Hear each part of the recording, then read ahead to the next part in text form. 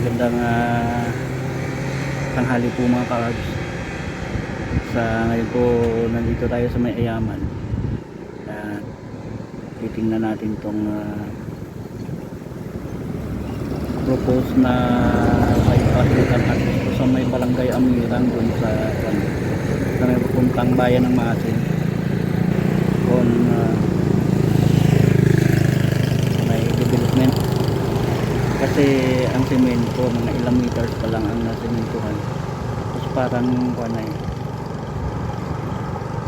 parang kailan yung parang medyo magawa siguro ay kaya sisilipin po natin to. Tara po mga ka-arbs, samahan nyo ako at silipin natin to.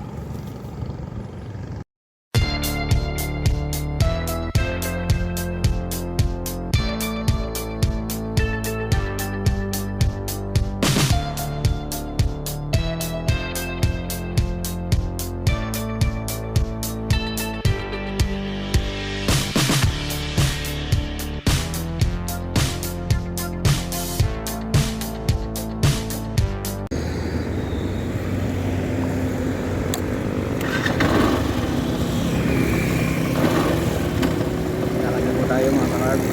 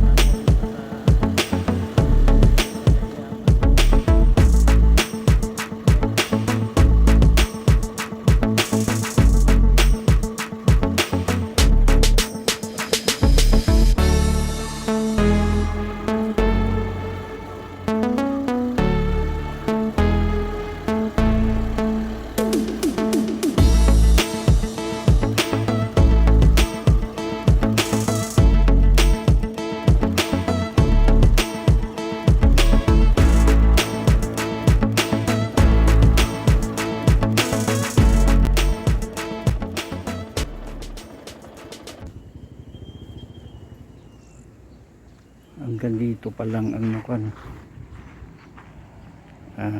di pa sigurado kung talaga to bypass nga ba talaga to papuntang Barangay Amirang.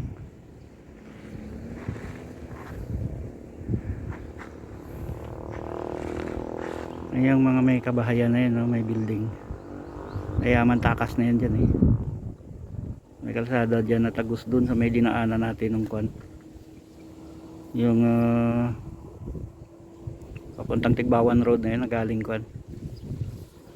galing tayo ng Kiling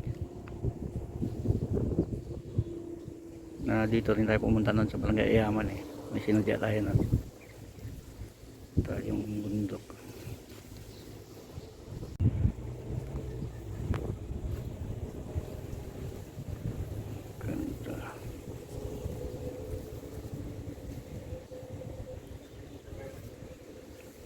May mga kabahayan din dun. Kita mo talaga kahit umuulan na hindi pa rin nakakabawi yung mga palayan, mga nasunog dahil sa El Nino.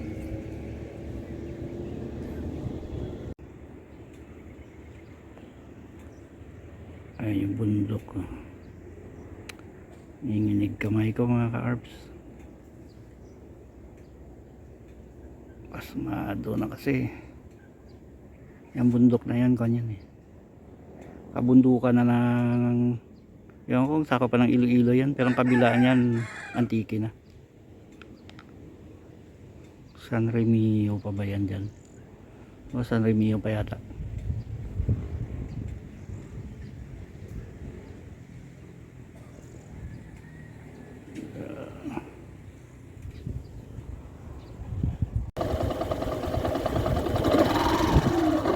Tayo mga ka-arbs. Dito pa lang talaga siya. Wala pang development.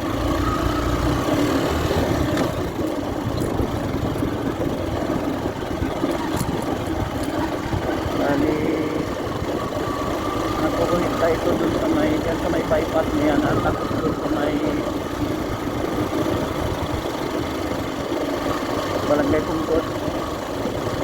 Doon sa may barangay papuntas may barangay Kabutukan. Nakabatuan bypass. Kanan na po tayo dito.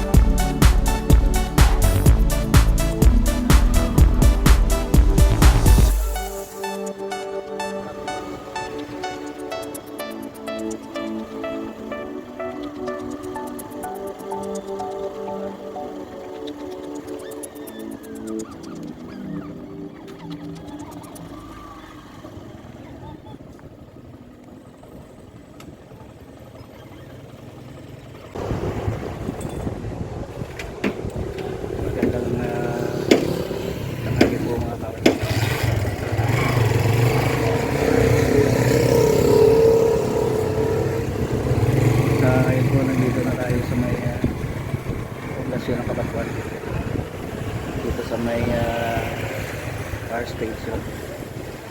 Sa may gilid ng fire station, Arabin Street. Dito na po natin patapusin itong ginawa natin short cut. Bali short right ito. Mula doon sa may Batuan Bypass Road na yun sa Barangay Yaman. Dito sa poblasyon. Maraming salamat po sa kasama. At kung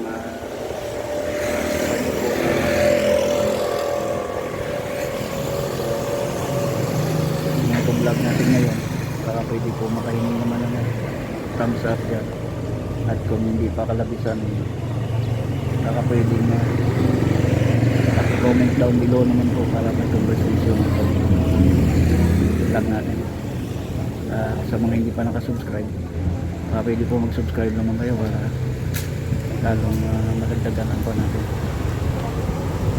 ang subscribers natin. Ano po, hanggang dito na lang. Maraming salamat po. Hindi na pala pasensya na po at medyo matagal-tagal tayo na hindi nakapag-upload. Ang last natin na-upload kanina, ano yun, short video lang yun, parang reels ko sa FB kasi nga laging umuulan, nakatamad mag-one yung mga nakaraan. Grabe rin naman ang init, parang hindi kakayanin ang katawan natin, kaya hindi tayo ng